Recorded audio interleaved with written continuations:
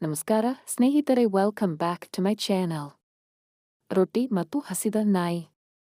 ಪ್ರಾಚೀನ ಕಾಲದಲ್ಲಿ ಬುದ್ಧನ ತಪೋವನದ ಬಳಿ ಒಂದು ಸಣ್ಣ ಗ್ರಾಮವಿತ್ತು. ಆ ಊರಿನಲ್ಲಿ ಶ್ರೀಮಂತರು, ಬಡವರು ಎಲ್ಲರೂ ನೆಲೆಸಿದ್ದರು.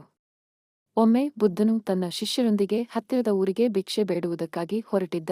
ದಿನಚರಿ ಪ್ರಕಾರ ಬುದ್ಧನು ಗ್ರಾಮದಿಂದ ಭಿಕ್ಷೆ ಹಾಕಿಸಿಕೊಂಡು ತನ್ನ ಶಿಷ್ಯರಿಗೆ ಬೋಧನೆ ನೀಡುತ್ತಿದ್ದ. ಆ ಗ್ರಾಮದಲ್ಲಿ ಒಂದು ಶ್ರೀಮಂತ ಮನೆ ಇತ್ತು. ಆ ಮನೆಯ ಯಜಮಾನನು ತುಂಬಾ ಕಠಿಣ ಮನಸ್ಸಿನವನು, ದಾನ ಧರ್ಮಕ್ಕೆ ಹೆಚ್ಚಿನ ಮಹತ್ವ ನೀಡದವನು. ಒಂದು ದಿನ ಬುದ್ಧನ ಶಿಷ್ಯನಾದ ಆನಂದನು ಭಿಕ್ಷೆ ಬೇಡುವ ಸಲುವಾಗಿ ಆ ಮನೆಯ ಬಾಗಿಲು ತಟ್ಟಿದ. ಮನೆಯ ಯಜಮಾನನಿಗೆ ಬುದ್ಧನ ಕುರಿತಾಗಿ ಬಿಸಿಯೂ ಹೆಚ್ಚು ಇತ್ತು, ಆದರೂ ಆನಂದನನ್ನು ತಡೆಯಲು ಸಿದ್ಧನಾಗಿರಲಿಲ್ಲ.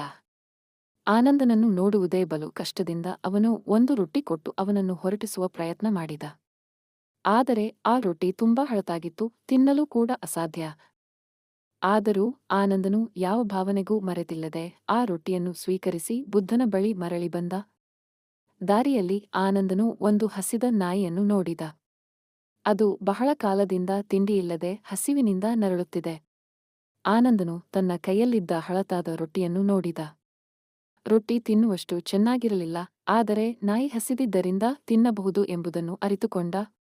ಆತ ಅದನ್ನು ನಾಯಿಗೆ ನೀಡಿದ. ಹಸಿದ ನಾಯಿ ಆ ರೊಟ್ಟಿಯನ್ನು ತಿನ್ನಿದ ನಂತರ ತೃಪ್ತಿಯಿಂದ ಕಣ್ಮುಚ್ಚಿಕೊಂಡು ವಿಶ್ರಾಂತಿ ಪಡೆಯಿತು.